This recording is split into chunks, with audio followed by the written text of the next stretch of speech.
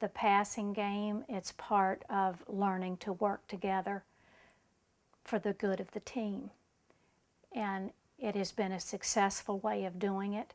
Does it cut out somewhat of who is the star, a prima donna type of play? Yes, it does. But over the years, it has been a successful way of doing it for him. It allows all to have an opportunity, and it's successful enough that others come in and want to emulate it. So it, without question, does all work in together. When coaches say if they could only teach the passing game, if they can only do this, what they've got to factor in is they live and they coach in an environment where everything isn't as culturally aligned the way it is at Fork Union. There are fewer rival influences. He gets things down to their constituent parts and makes things simple. Sharing the basketball, working together, teamwork, communication, you know, to watch it. And again, you're talking about putting it together in a very short period of time, because a passing game usually is good year 2, 3, and 4 with the same players. But to do it in maybe 2, 3, or 4 months is a very difficult chore, which adds to his legacy as a great coach. Where I sit right here, is this the place? I went down there for at least 25 years or more, and every team in Fork Union looked the same. They ran the same offense, played the same defense, wore the same gear. Success in winning, the ingredients that go into it were the same 50 years ago as they are today.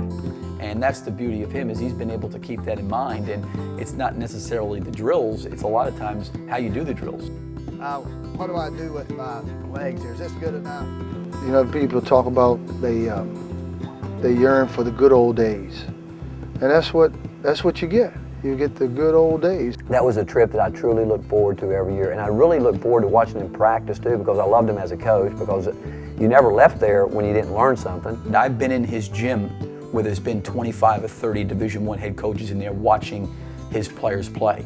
And it is an absolute clinic to watch him coach and deal with these young men, not only from an X and O standpoint, but the way he handles players. Watch this. This is how dumb this offense is. Pass and cut, pass and cut, pass and cut, pass and cut. I'm so bored.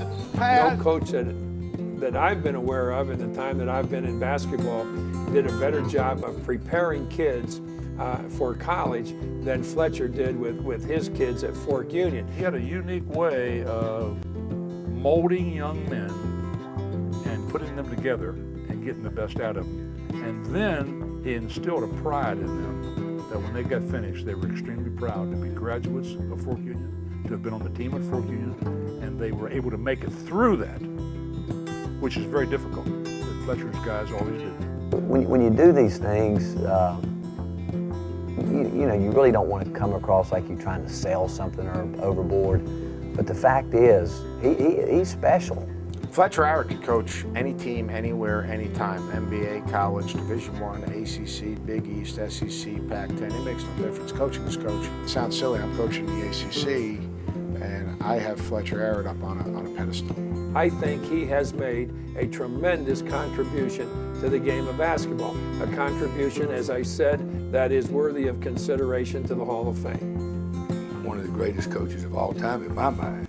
And most people that have dealt with him and seen his teams play and know him would say the same thing. His legacy lives today in every living room of every player that he's ever coached. And when you have somebody that's been at a place for 42 years, and then you go back and start talking to the people that played for Fletcher Arrett, and to hear the reverence that they talk about him with, to me, that's greatness. So I think when you talk about affecting people's lives in the field of coaching, he has to go down and be one of the greatest coaches of all time.